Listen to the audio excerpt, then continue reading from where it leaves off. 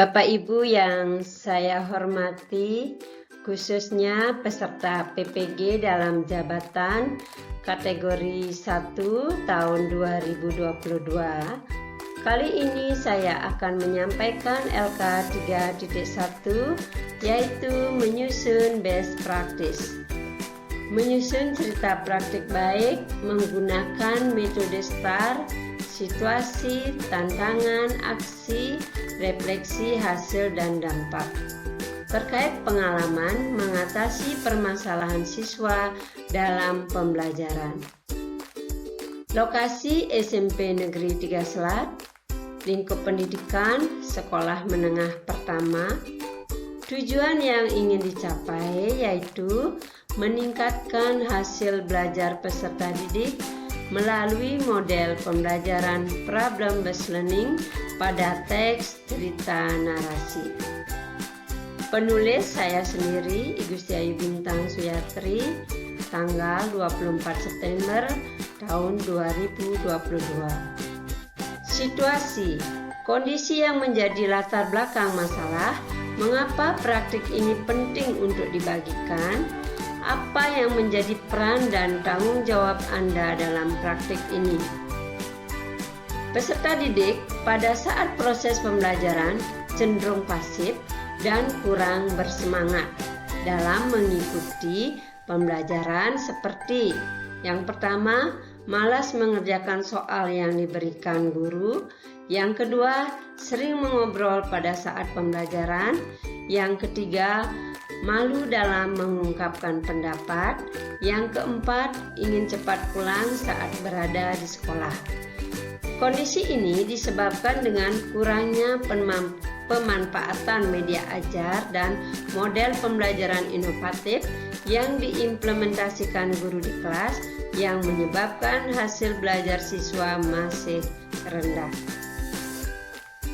Praktik pembelajaran inovatif menggunakan model problem based learning ini penting untuk dibagikan, yaitu sebagai upaya perbaikan proses pembelajaran di kelas karena model pembelajaran PBL ini merupakan model student oriented sehingga melibatkan siswa untuk dapat berdiskusi dalam pemecahan masalah dan siswa dapat lebih memahami isi pelajaran maupun menguasai materi yang diberikan karena pemecahan masalah mereka temukan sendiri.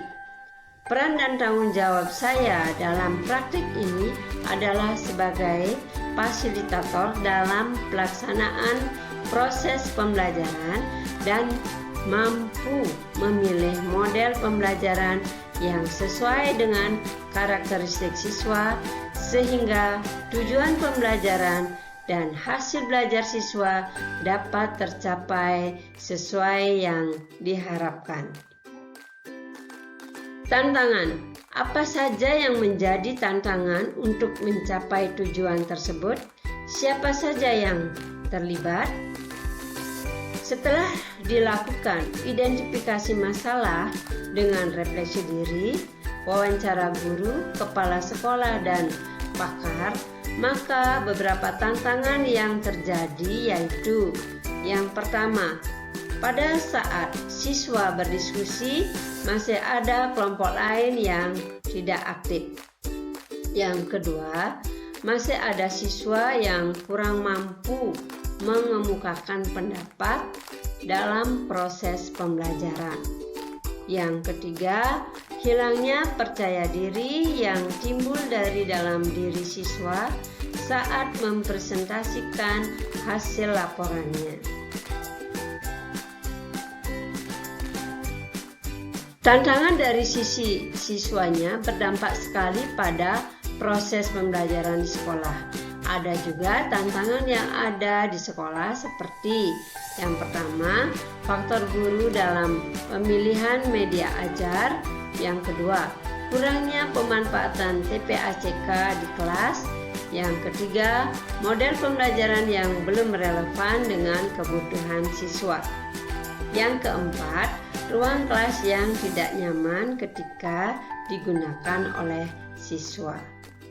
Tantangan itu yang menyebabkan saya harus melewatinya dengan berbagai cara seperti menerapkan media yang sesuai dengan gaya belajar siswa serta model pembelajaran lainnya yang mendukung. Aksi. Langkah-langkah apa yang dilakukan untuk menghadapi tantangan tersebut? Strategi apa yang digunakan? Bagaimana prosesnya? Siapa saja yang terlibat? Apa saja sumber daya atau materi yang diperlukan untuk melaksanakan strategi ini? Adapun langkah-langkah yang akan saya lakukan untuk menghadapi tantangan tersebut yaitu yang pertama, berkaitan dengan media ajar. Saya sebagai pendidik akan menggunakan media konkret yang ada di sekitar sekolah sehingga siswa bisa lebih mengenal yang ada. Yang nomor 2, berkaitan dengan pemanfaatan TPACK. Saya memanfaatkan TPACK sehingga siswa lebih mudah memahami materi yang disampaikan. Yang ketiga, berkaitan dengan model pembelajaran, saya akan menggunakan model pembelajaran yang sesuai dengan karakteristik siswa sehingga bisa memotivasi siswa dalam belajar. Yang keempat, berkaitan dengan kondisi ruangan, saya akan mendesain ruangan dengan baik, mulai dari kebersihan, kerapian, dan keindahan, sehingga siswa memiliki motivasi belajar yang baik serta pembelajaran yang nyaman. Adapun refleksi hasil dan dampak. Bagaimana dampak dari aksi dari langkah-langkah yang dilakukan? Apa hasilnya efektif atau tidak efektif? Mengapa? Bagaimana respon orang lain terkait dengan strategi yang dilakukan? Apa yang menjadi faktor keberhasilan atau ketidakberhasilan strategi yang dilakukan? Apa pembelajaran dari keseluruhan proses tersebut?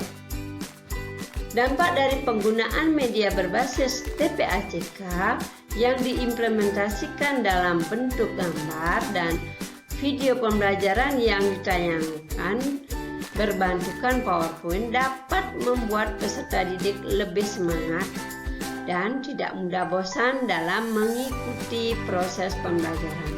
Dan hasil evaluasi tersebut diperoleh hasil peserta didik meningkat. Yang nomor 2, penggunaan model pembelajaran problem-based learning membuat peserta didik lebih termotivasi untuk belajar dibandingkan dengan menggunakan metode konvensional yang selama ini sering digunakan. Hal ini terlihat dari indikator keaktifan peserta didik yang meningkat dibandingkan dengan sebelum menggunakan model PBL. Dalam proses pembelajaran berlangsung dengan menggunakan strategi tersebut, respon dari lingkungan sekitar, yaitu dari peserta didik, teman sejawat, kepala sekolah, dan guru pamong, memberikan respon positif diantaranya sebagai berikut. Yang pertama, dari peserta didik, mereka merasa senang dengan proses pembelajaran karena mereka dapat terlibat langsung dan kegiatannya menarik menurut mereka. Yang nomor 2, dari teman sejawat dan kepala sekolah, secara keseluruhan sudah dapat mengkondisikan kelas dan terarah. Peserta didik dapat terlibat aktif dan kegiatannya menyenangkan. Yang ketiga, guru pamong peserta didik interaktif dalam pembelajaran. Faktor keberhasilan pembelajaran ini sangat ditentukan oleh penguasaan guru terhadap model pembelajaran, media pembelajaran, dan langkah-langkah pelaksanaan rencana pembelajarannya yang telah dibuat. Pembelajaran yang bisa diambil dari proses dan kegiatan yang sudah dilakukan guru tentunya dapat menjadikan guru lebih kreatif dan inovatif dalam memilih dan mengembangkan model model pembelajaran sehingga tujuan pembelajaran dapat tercapai dengan baik. Demikian yang dapat saya sampaikan. Terima kasih.